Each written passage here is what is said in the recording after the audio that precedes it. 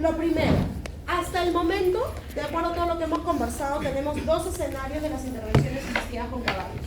Un primer escenario es este escenario pie a tierra, en donde no montamos a los caballos y mediante la interacción se logran cosas. Un ejemplo de esto es lo que he tratado de hacer con ustedes durante las primeras clases prácticas. ¿Cómo estaban ustedes al inicio, cuando por primera vez los acerqué a un caballo? Nerviosos. ¿Qué más? Ansiosos. Ansiosos. ¿Qué más? Inquietudes. Por ahí están tranquilas. Inquietud. ¿Qué más? Emocionados. ¿Qué más? ¿Cómo estabas tú al inicio? Nerviosa, ¿no? ¿Cómo estaban los caballos? Curiosos. Alertas, curiosos. Estaban en la misma nota que ustedes, ¿no? ¿Quiénes son? ¿Qué hacen acá? Ujú. La última clase, ¿cómo estaban ustedes? Solo tuvimos una clase. Es que fue feriado. Fue feriado y el campo, por eso. La primera clase fue feriado. La primera clase fue feriado. Fue feriado. Al final de ese día de clase, ¿cómo estuvieron ustedes? Igual, creo que igual. ¿Igual? Sí. No. ¿Ah? Sí. Alegre, muy bien. ¿Tú cómo estuviste al final de la clase? ¿Satisfecho? ¿Tú? Igualmente. Pasa. Bien. O sea, la idea con esto ha sido que ustedes puedan observar el impacto que tiene los caballos pie a tierra con las personas. Por ejemplo, en tu caso, cuando tú empezaste, ¿no? Y tuviste una primera interacción con los caballos y luego al final. ¿Cómo estuviste al final? Más tranquilo. Estábamos más tranquilos. O sea, a lo que voy es que este impacto no es porque yo me lo invente porque me gusten los caballos. O sea, el impacto en las emociones y en la autorregulación de las personas o pacientes es real. Y eso solo fue en un entorno académico. Si esto ya es más dirigido, por ejemplo, ya se pueden incluso trabajar temas como seguridad, confianza, autoestima, gestión, autogestión, regulación, liderazgo, comunicación. Por ejemplo, ¿tendríamos algún caballo idóneo para trabajar los temas de límites en mi espacio? El alazán. ¿El alazán? Sí, porque ¿Quién se nos metía por todos lados? Engreído. El rubio. El rubio. Engreído. ¿Qué color es? ¿Engreído? Él es un Mustang, ¿no? Palomino. Me ponen rubio en el examen. Ay, vale. ¿Ya? Palomino. Por ejemplo, él nos podría ayudar en un trabajo así, ¿no? Eso lo vamos a ver de manera más profunda y articulada y estructurada en el módulo 3. ¿De acuerdo? El otro escenario ya es montar a los caballos. Ya estamos hablando de equinoterapia per se. En este punto, las características de los caballos suman un tema físico, suman la parte biomecánica, justamente a la recuperación mediante estimulación de los procesos de neurorestauración y neuroplasticidad en los pacientes, a través de la biomecánica del caballo. ¿Por qué? Porque tenemos tres impactos en los pacientes, justamente la biomecánica y en sí de la equinoterapia per se, que son el movimiento tridimensional, los impulsos rítmicos que provocan en el jinete o en el paciente. ¿Y quiénes tocaron a los caballos? ¿Alguien los tocó? ¿Sí? Cuando los tocaron, ¿estaban más fríos o más calientes que nosotros? Más calientes. Más caliente. Más calientes, ¿de acuerdo? Entonces el tercer punto es la temperatura corporal, ¿sí? Los caballos en promedio tienen una temperatura de 38.5 a 39.5 grados, sí son más calientes que nosotros. Y esto facilita mucho el proceso terapéutico del paciente, ¿de acuerdo? Tanto así que lo logrado en una sala de terapia o rehabilitación tradicional, ¿de acuerdo? 4 de esas sesiones equivalen a una con caballos. Así de potente es. ¿Cómo? El movimiento tridimensional que tiene el caballo durante su desplazamiento impacta de una manera muy particular en el movimiento del cinturón pélvico del jinete o paciente, cosa que no se logra así nomás, unido a los impulsos rítmicos que generan el impacto de las fuerzas durante el movimiento del caballo, más la temperatura, es una triada maravillosa para los pacientes. ¿De acuerdo? Entonces, si ya estamos entrando todavía en este punto, es importante entonces que conozcan la biomecánica de los caballos. La biomecánica, esta ciencia que estudia el movimiento, en este caso, de los caballos, la biomecánica equina. Esta biomecánica, aunque parezca medio tirado de los pelos, es diferente incluso en los caballos. ¿Cómo así? Primero, los caballos van a diferentes velocidades, ¿de acuerdo? Estas velocidades o estas diferentes formas de desplazarse se le llama aires de desplazamiento. Aires, así como el aire que respira, el aire. Nosotros, por ejemplo, para que lo entiendan rapidito, estamos caminando, estamos trotando y estamos corriendo. Esta diferencia en los caballos se llaman aires. Y los tres aires básicos de los caballos, que tienen todos los caballos del planeta Tierra, es el paso, el trote y el galope. Esto no quiere decir que son los únicos, hay como 12, ¿de acuerdo? De acuerdo a las razas y demás. Pero estos tres son los básicos inherentes a todos los caballos del planeta. Todos se mueven así, basta que venga uno marciano, es el único que no. ¿De acuerdo? Todos se mueven así. El paso es un aire de desplazamiento que se da a 7 km por hora. El trote es uno que se da a 15 km por hora. Y el galope a 60 km por hora. ¿De acuerdo? Muy bien. Pero hay incluso en estos aires cierta diferencia por la clasificación biomecánica de los caballos. ¿Cómo así? Tenemos dos tipos de caballos en el mundo. El bípedo diagonal y el bípedo lateral. El bípedo diagonal, y hagan mucha atención por favor, es aquel que se mueve con mano y pata del lado contrario al mismo tiempo. Entonces hace este movimiento, este movimiento, este movimiento, este movimiento, generando impulsos rítmicos verticales en el paciente o en el jinete en general. Un ejemplo de esto, no sé si alguna vez han visto a los vecinos, a los que están alrededor, los clubes ecuestres que están acá alrededor, cuando están montando están medio como que saltando. Entonces esto es justamente para acompañar la biomecánica del caballo, porque si no lo hicieran y se pegan ahí, el riñón acaba por la nuca más o menos. ¿De acuerdo? Porque rebotan terriblemente. ¿De acuerdo? Entonces se acompaña en el trote levantado, el ejercicio que se hace con el caballo en este aire, justamente por el impulso vertical que da este tipo de movimiento. ¿Qué caballos hacen este movimiento? La raza que han estudiado conscientemente, porque todos han ido a ver su película. Mustang. El Mustang, todos han visto, su Spirit, ¿no? El Mustang, ¿de acuerdo? Tenemos el pura sangre inglés, ¿no? Que es el caballo del hipódromo de carrera. Tenemos el cuarto de milla, que es el caballo de los cowboys, de los vaqueros. Tenemos el caballo, el árabe, y así. Los caballos más comunes en general son bípedos diagonales. Luego tenemos otra forma de desplazamiento, que son los bípedos laterales. En este caso, pata y mano del mismo lado al mismo tiempo. Y van así, pam, pam, como un elefante. Generando impulsos rítmicos de manera horizontal principalmente. ¿Qué caballos hacen esto? El berberisco, el paso colombiano, manga larga, campolina, etc. Y también está considerado en ese grupo nuestro caballo peruano de paso. ¿De acuerdo? Estos caballos, en estos aires, ¿cuáles eran los aires que les dije? Paso, trote y galope. Por la forma en la que se mueven, el segundo aire ya no se llama trote, sino en este caso se llamará ambladura. Son caballos que se les llama ambladores.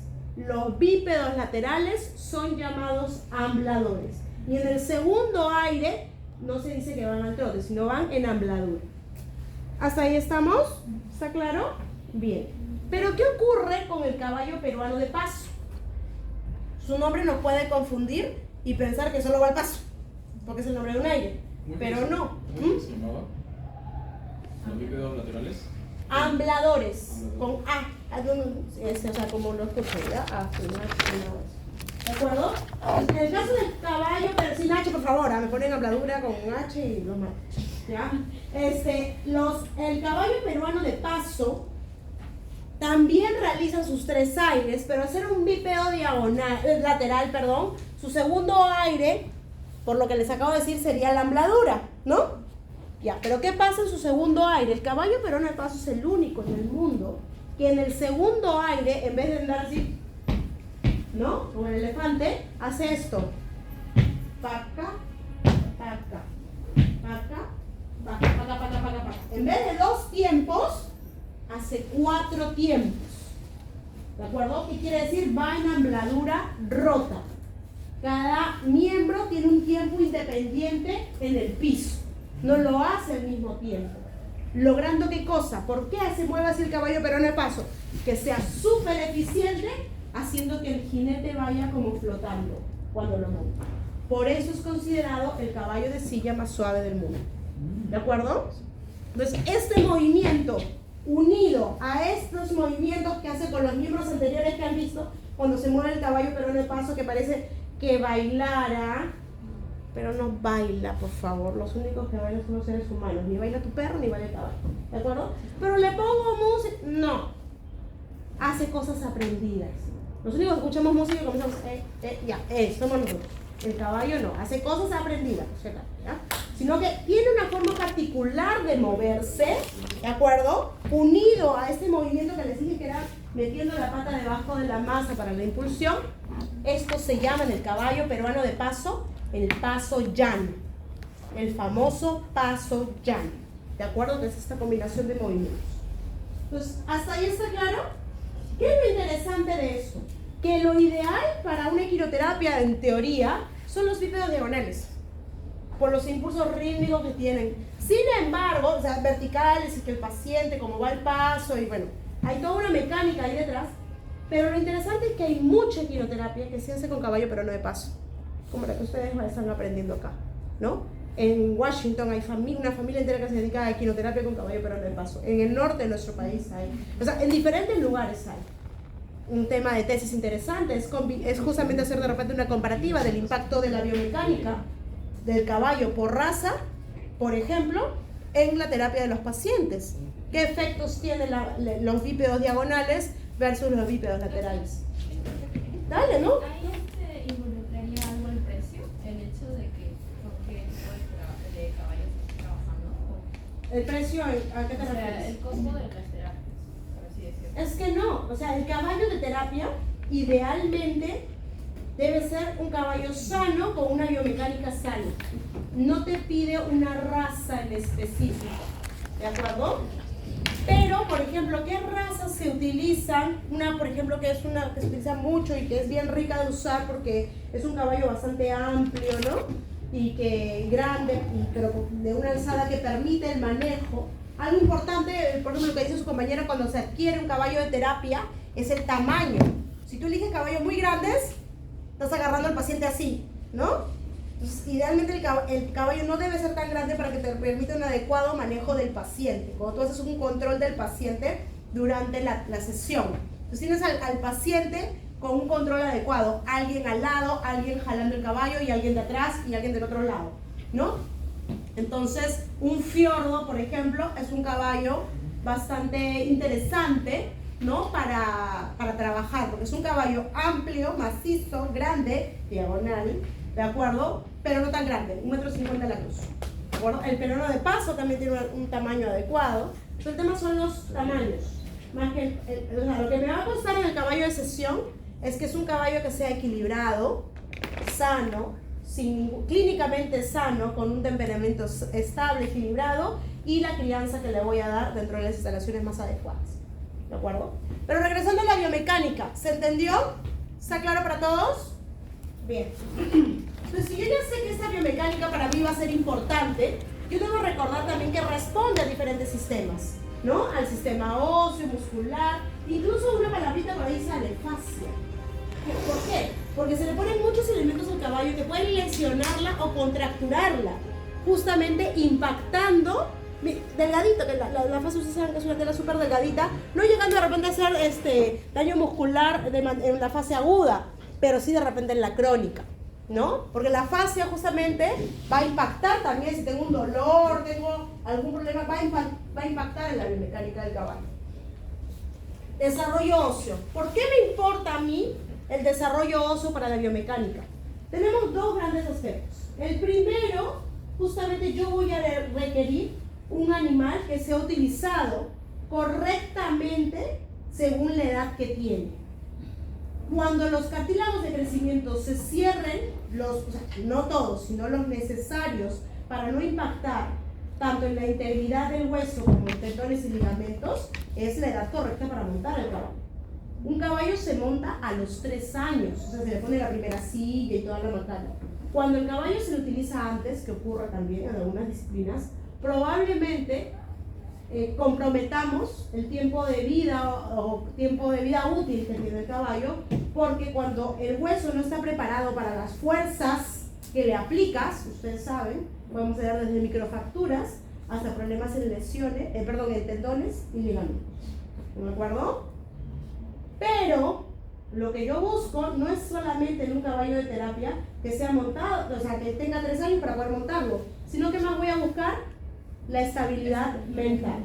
Estos caballos con los que hemos venido trabajando en la parte práctica, ¿me podrán servir para una terapia? No. Son adolescentes hormonales, o sea, no hay forma que los ponga a trabajar porque aún están aprendiendo, adaptándose, estando en un proceso de educación y demás, están muy chiquitos. Manuelita ya está muy viejita. O sea, Manuelita ya está harta de la vida, ya todos mueran, ¿no? Manuelita. Esa vez que la vi, yo le pregunté, pues, Ajá. la primera clase que tuvimos, Ya, yo fui, o sea, al día siguiente porque tenía un hueco. ya, Y la vez que yo voy y solamente observo ese caballo, porque Ya. hubo un ruido de un camión y a todos los caballos se fueron corriendo, casi Ya. todos. Y como ya estaba muy cerca, los caballos se voltearon, o sea, tipo como que se subieron, ya, o sea, tipo como que fueran 2 patas y se retrocedieron. Ajá. En cambio, o sea, Manolita no se movió para nada. ya. Y el señor, o sea, que cuida de eso, me dijo que, o sea, como yo estaba un rato ahí, me dijo que ese caballo, o sea, siempre era así, y que era así porque, como se llama, porque ya estaba viejita y porque tuvo un mal pasado. Y ya, pues, generalmente mucho tiempo por O eso. sea, Manuelita es una yegua que se rescató del camal. Antes de entrar a que pasa el beneficio, la sacaron de ahí. No sabemos realmente su vida pasada antes de, igual ahí la estaba pasando mal, pero ya Manuelita tiene cerca de 25 años. Es una señora hecha y derecha que le llegan los chibolos malcriados. Punto. Ya no, ya está en el otro límite. ¿De acuerdo? El cuello. No ya fue tampoco. O sea, ya me mataron al bicho. Ya. No, o sea, no. Déjala ahí para mis clases de nata. La cosa es que la idea es utilizar la mente más estable posible, los caballos adultos. ¿A partir de qué edad son adultos? 3 años. A partir de los 5 años. De los 5 años. 5 a 6 años. Estos bichitos de acá tienen 3 a 4, ¿no? Lo que todos son Adolescentes. peladitos. Son unos adolescentes malcriados y ustedes lo han vivido. ¿De acuerdo? No les estoy contando el cuento. ¿De acuerdo? 5 a 6 años ya tenemos animales adultos. Si yo ya quiero ser exquisita con el tema, 7 años 7 es una años. edad de santa paz. Si el caballo lo permite, si el temperamento del caballo lo permite, porque hay temperamentos y temperamentos que así tenga 15, el caballo sigue cucú, ¿de acuerdo? Pero ustedes tienen que elegir, seleccionar justamente este caballo que te permita predecir el riesgo, que te permita tener una rutina de aprendizaje, ¿no? Lo más equilibrada posible. Tampoco irme al extremo de caballos geriátricos que ya no quieren saber nada con nadie y su nivel de sociabilización ya bajó. Acuérdense que en el medio natural no viven tanto, porque ya dejaron a la manada. Que todos ustedes me llegan, me quedo, ¡pac! Se lo comen, listo, se acabó. ¿De acuerdo? No, ya no siguen a la manada. Por eso en el medio natural 15, 20 años ya es bastante. En cambio en la estabulación llegan a los 30. Dime. Una consulta, el hecho de tener un caballo y también, o sea, haberlo separado de su macho, por así decirlo, después de un tiempo y de que esa le haya pisado, haya tenido y el volver a involucrarlo, hace que, ¿por qué genera que el caballo, el macho, no quiera tener? O sea, lo Resistencia. pegaba o lo que sea, trataba de alejarlo. Porque yo tenía 3 caballos, pero el macho era demasiado grande, aparte porque eran la mamá y 2 hermanos, y justo les habíamos separado porque estaba embarazada. Ya la persona preñada lo llevó Pero ya. después quisimos volver a involucrarlo, pero al caballito era como que generaba un rechazo. El caballo no era del macho de la O sea, manada. sí que estaba. era, pero eso, o sea... Pero salió la yegua un tiempo de Sí. ahí, ya. Ok, eso ya es un tema ya más de estructura social que ha sido vulnerada, ¿ya? Los caballos tienen una estructura social, eso lo vemos muy fuerte en etología equina, lo cual se clasifica por harenes, ¿no? Y cuando las yeguas salen del harén, es muy complejo, o sea, cambia la estructura y que vuelva a entrar y está preñada y el macho no identifique que es parte de su harén y su continuidad, probablemente sea una amenaza. Es por eso que ustedes van a ver algunos videos en los que no se explica a la gente por qué hay caballos atacando potrillos, ¿no? Y hay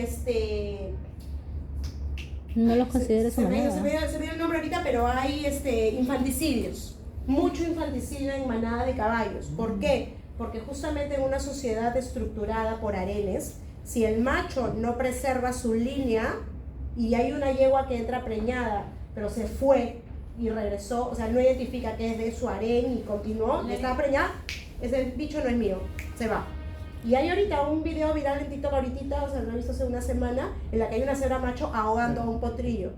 Y la mamá desesperada, pero por favor, si es tuyo, no, muere. ¿Por qué? Primero, porque es macho y ya no quiere más machos. Y segundo, porque probablemente haya tenido un problema como el de Porque, o sea, justamente tratamos de volver, o sea, para que cuidara la yegua que estaba allá, porque la teníamos en campos y nada más. Qué maravilla lo que me cuentas. Y ya, pues tratamos de separarla para darle más cuidado, o lo que sea. Porque en sí, como al estar en campo, también estaban expuestos a muchas cosas, porque a veces escapaban, a veces dejaban la parte, la corral abierta, Claro. o ellos sabrían, o sea, ya sabían. Claro. Y ya, pues era un peligro, porque a uno lo mató un carro, que no sé, o bueno, no sé, me encontramos muerto. Y ya, pues tratamos de cuidarla en un cierto lugar, y cuando volvimos a integrarla fue donde el macho quería como ya chiquito Matarlo. lo estaba queriendo, y ya pues tuvimos que separarlo otra vez. Lo que pasa es que no lo identificaba como suyo. Entonces eso genera una alerta. O sea, el macho cuida a su harén más que nada en el mundo. Va a cuidar a sus yeguas, a sus crías, a todos. Pero si viene la cría de otro, chao. Una preservación de línea, ¿no? Lo que no quita que el macho pueda tener otros harenes. Ustedes cuando han visto una manada de caballos o una manada de cebras o lo que haya, o sherbals, que lo que vaya del medio ambiente, hay manadas de cientos de caballos, son harenes que viven juntos, ¿de acuerdo? Y los harenes pueden convivir siempre y cuando los machos estén emparentados. Si no, probablemente estén más lejos. O sea, hay todo un tema de estructura social detrás de todo tu caso, pero qué genial que lo puedas tener al campo y lo tengas con un macho. Usualmente en la crianza los machos son estigmatizados y metidos en un box, porque no pueden, y dicen que el macho no se relaciona con nadie, mentira. El macho es de las más, tiene que ser el más sociable incluso de la manera. Estaba con dos más que eran más jovencitos, eran sus hijos. O formó su tropilla de machos también, que es otra estructura social. A la yegua sí, ella Métete al curso de etología equina, ahí revisamos todo eso. Genial. Muy bien, para terminar esta parte, chicos, los aplomos. Un punto fundamental en la preservación de la biomecánica ideal de los caballos es justamente la preservación de aplomos. ¿Por qué? Si yo tengo una persona que camina así, que tiene aplomos de este tipo, ¿qué va a ocurrir cuando corra? Daño articular en la rodilla. Exactamente, vamos a tener daño articular, riesgo de lesión, probablemente después se caiga, ¿no? Pero tendremos mayor riesgo de lesión. Su tiempo de vida útil, si sigue corriendo, probablemente se corte, ¿no? En una persona no se va a morir, pero ya tenga un tema en la rodilla que le impida correr más, ¿no? De ahí va a afectar la cadera. De ahí afectaría la cadera. Exacto, puedes empezar con tobillo, rodilla, cadera, la espalda, hasta el cuello, todo te puede doler, ¿de acuerdo? En los caballos es exactamente lo mismo. Porque hay caballos, o sea, los aplomos son justamente la conformación ideal que debe tener los miembros anteriores y posteriores con respecto al eje vertical y horizontal. Entonces los caballos tienen que tener un aplomo adecuado, así. No así, no así, no así, no así. ¿Por qué? Porque ocurre exactamente lo que les acabo de mostrar como la gente. Va a caminar, sí, no es que no pueda, va a correr también, pero al tiempo va a tener mayor riesgo de lesión y la biomecánica obviamente estoy siendo recontra exagerada, ¿no? Pero va a cambiar, le va a doler, no va a durar tanto, y no va a durar tanto en el día. Por ejemplo, ya el segundo o tercer paciente ya está más irritable porque probablemente tenga ya lesión y dolor, ¿de acuerdo? Entonces los aplomos son fundamentales cuando van a seleccionar un caballo de terapia. Entonces, habiéndoles dicho todo esto, es por eso que los caballos se mueven diferente, dependiendo de la raza, dependiendo de la actividad. Un caballo de carrera, ¿de acuerdo?, se mueve de esta manera, está hecho para moverse a grandes velocidades en un espacio de terreno. ¿de acuerdo? Está hecho patas largas, lejano a tierra, es longilíneo, aerodinámico.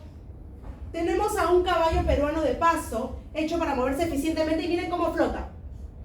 Rectito, ¿de acuerdo? Va, miren los hombros, ni se mueven, ¿no? Con todo el movimiento que hace el caballo. Miren ahora cómo se mueve el jinete, ¿no? Bueno, no, miren ahora, imagínense el jinete moviéndose, ¿de acuerdo? Con la pierna. En un caballo, por ejemplo, de salto, ahí vemos un bípedo diagonal perfecto, ¿no? El jinete está en este plano, arriba, ¿no?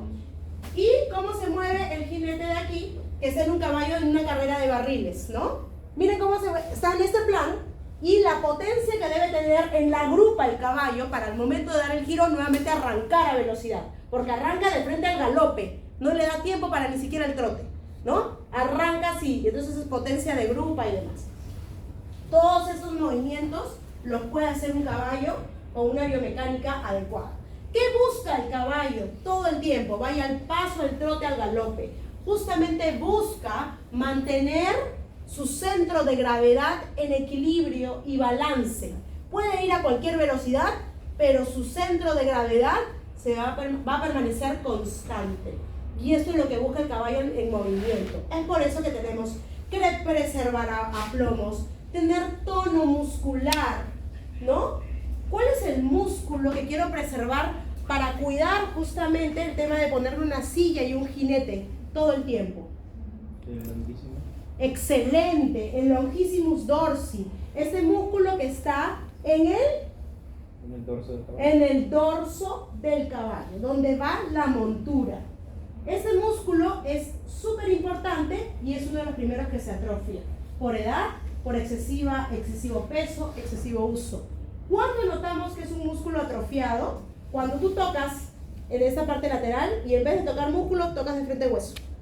Tocas el inicio de las costillas. Ese músculo ya está casi inexistente. Y eso a la larga, ¿qué me trae? Dolor, fastidio, irritabilidad, por lo tanto estrés, baja en aprendizaje. Tenemos un caballo fastidiado de trabajar. ¿De acuerdo? Longissimus dorsi, ¿no? Longissimus dorsi, sí. Es uno ahora de los músculos en general. Yo requiero grupa, espalda, cuello, o sea, requiero un caballo con un buen tono, ¿sí? Durante el movimiento el caballo va a buscar la mayor eficiencia energética, ¿no? Que se mueva, ¿no? Lo menos posible en un gran tranco o algún gran espacio de terreno.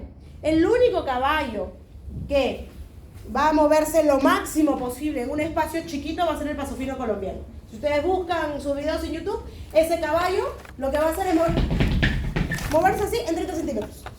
Eso es lo que busca ese caballo, es el único. El resto va a buscar, según su movimiento, ocupar el máximo capacidad de terreno durante una batida, ¿no? Durante el tranco.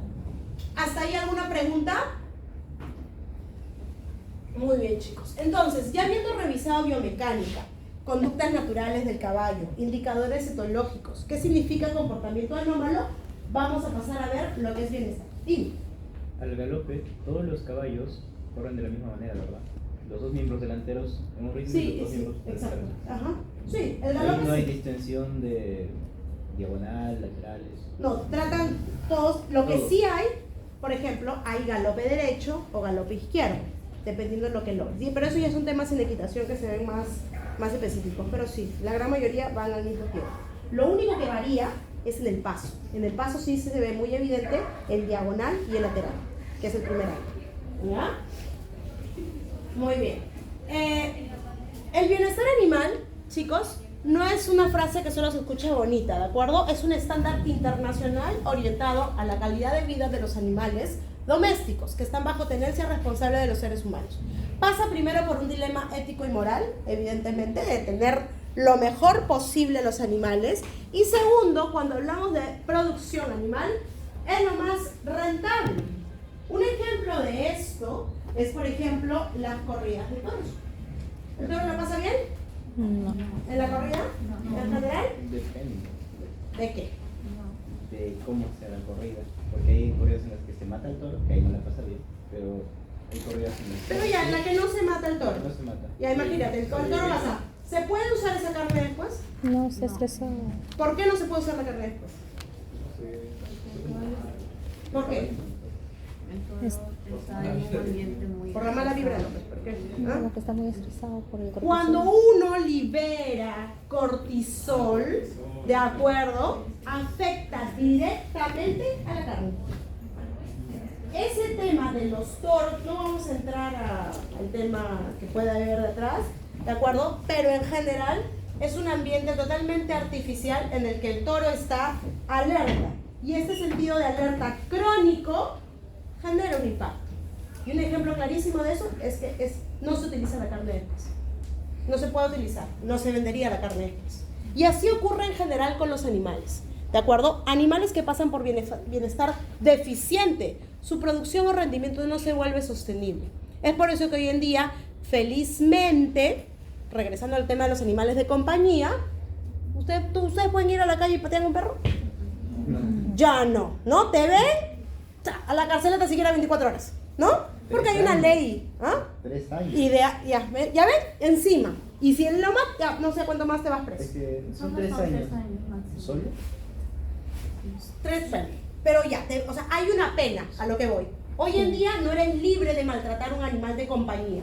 El tema hacia los animales de producción todavía tiene un largo camino, lamentablemente, ¿no? Porque hay varias aristas que revisar. Pero ya existe, y no es porque a la gente se le ocurre, ay, me gustan los animales, no. Hay estándares internacionales que lo indican. Primero es la OMSA, que es la Organización Mundial de la Salud Animal, que habla de las 5 libertades, ¿de acuerdo?, de los animales. Así tengas un periquito australiano, ¿de acuerdo?, tengas un perro, tengas un caballo, una vaca, un cerdo, lo que tengas, debe pasar su crianza por esas 5 libertades, ¿no? Que fue las que indicaron la Comisión Brown desde el 65 y los que toman la OMSA para indicar, ¿no?, los estándares de bienestar animal para animales de producción, de trabajo y demás. Luego tenemos el otro estándar que indica la Unión Europea, que es Welfare Quality, que sí lo hace iniciando en los animales protagonistas de la cadena alimentaria, como los bovinos de leche, de carne, los pollos, los cerdos y demás. ¿De acuerdo? Entonces, luego se hizo desde el 2011 ya, nuevamente la misma comisión habla de los indicadores de bienestar, los indicadores para la evaluación del bienestar animal, en la que ya involucran a los caballos, los burros, las cabras, los pavos y las ovejas, me parece. Entonces lo que yo les he hecho acá es una combinación de ambos para que vean que no están tan alejados el uno del otro, ¿sí? Entonces si hablamos de la primera libertad, libre de hambre y sed, que es la primera libertad, y el principio de la buena alimentación, ¿qué significa esto? Justamente que los animales no pasen hambre, ¿no? Pero no pasen hambre de acuerdo a sus propias características. Aplicado a los caballos, yo que les dije, ¿cuánto tiempo deberían estar masticando los caballos al día? 16 a 18. 16 horas en promedio, ¿de acuerdo? Entonces, si yo sé esto, que el caballo está hecho para comer, para estar masticando eso, obviamente no todo el rato, sino en pequeños intervalos, entonces debo saber entonces que por ejemplo, no puedo mantener a mi caballo sin comida más de 6 horas. Yo no digo que esto sea posible todo el tiempo. Yo sé que es a veces muy difícil por los tiempos de trabajo que se tienen en los lugares ecuestres o en los criaderos y demás. Pero si no lo hago, debo ser consciente de los impactos negativos que eso tiene en mi caballo y ver cómo los resarzo. ¿De acuerdo? ¿Cómo hago después? Siempre ver que el caballo, ¿qué tiene que comer? ¿Cuál es la comida principal de los caballos? Pasto, forraje. El pasto, el forraje, ¿de acuerdo? Luego está el tema del balanceado y demás. Primero es el forraje. Entonces, a eso me refiero cuando hablo del criterio de ausencia de hambre prolongada. Y ausencia de sed prolongada significa que los caballos deben tener agua a libre demanda o a libre disposición, ad libitum, ¿de acuerdo? Los caballos son animales sedientos, naturalmente más sedientos que cualquier especie. ¿Por qué? Ellos, a diferencia de la vaca, del cerdo, de toda esa gente, ¿qué hacen cuando tienen calor? Sudan. Y su sudor es hipertónico, libera una excesiva cantidad de minerales al respecto del plasma, etcétera, etcétera. Electroliza el por mayor. Las bolas de sal, ¿no? También para... O sea, claro, la sal en general se da a todos los animales, ¿de acuerdo? Pero los caballos particularmente, aparte de la sal, no les puedes restringir el agua, justamente por este tema, ¿de acuerdo? Por la liberación excesiva de electrolitos que tiene durante el sudor. ¿De acuerdo, chicos? Luego pasamos al buen alojamiento. En el caso del buen alojamiento, que está relacionado, este principio de welfare quality relacionado con la libertad, incomodidad o discomfort, nos habla de que el espacio donde vive el caballo debe ser lo suficientemente confortable que me permita descanso, que me permita movimiento y que me permita estar protegido del calor o el frío. ¿Qué quiere decir? Sombras, ventilación, que tenga cama limpia. La cama es el material que se pone en el piso, por ejemplo, del box. Este piso en el box debe absorber la orina y la bosta, ¿no? La humedad de la orina y la bosta para darle un espacio adecuado a los caballos. Pero este caballo orina y bostea todo el día. Entonces, tomando en cuenta esto, ¿cada cuánto tiempo se debería limpiar eso? Todo el día. 2, 3 veces. 2, 3 días, más. ¿Cada cuánto se debe limpiar? Todo el día. La cama del caballo. ¿Una semana? Todo el día. Todos los días. ¿De acuerdo? Todos los días. Primero, si el caballo vive oliendo eso, puede lesionar mucosas. Oculares, nasales, en general. Infecciones incluso por la generación de los ácidos o las bacterias que pueden generar. Exacto. ¿Qué pasa? Los cascos del caballo tienen tejidos blandos, los cuales en contacto constante con humedad y encima heces y todo, desarrollan una combinación de hongos y bacterias llamado hormiguero o hormiguillo, que carcome el casco. ¿De acuerdo? Carcome el casco y lo que hace justamente es aumentar el riesgo de claudicación. ¿De acuerdo, chicos? El lugar debe permitir echarse y demás. ¿De acuerdo? También, que se pueda echar, que pueda descansar. Luego tengo la buena salud. En la buena salud yo lo que busco es que el caballo no tenga lesiones, que no tenga heridas en la piel y demás, que no tenga claudicaciones, que no tenga este problema del hormiguillo, que no tenga enfermedades, que tenga un control antiparasitario de al menos cada 3 a 4 meses su antiparasitario alternado y evitar el dolor causado por el manejo, que lo que le ponga o haga no le genere dolor, que antes de salir a trabajar revise si no tiene dolor en el dorso o en los miembros posteriores o anteriores. ¿De acuerdo? Esto es lo que yo tengo que evitar. ¿Qué más me puede ayudar a evitar el dolor en el manejo? Subirme al caballo como el llanero solitario.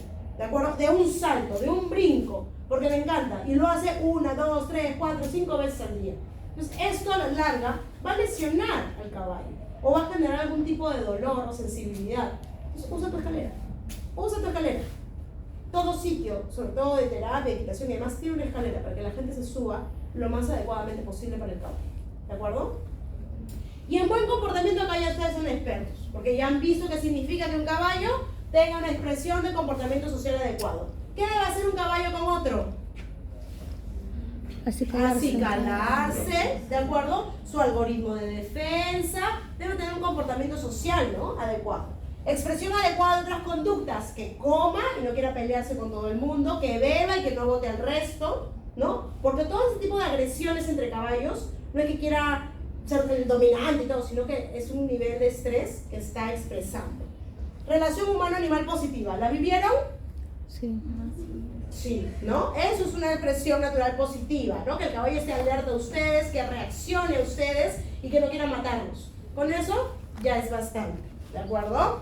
Y un estado emocional positivo.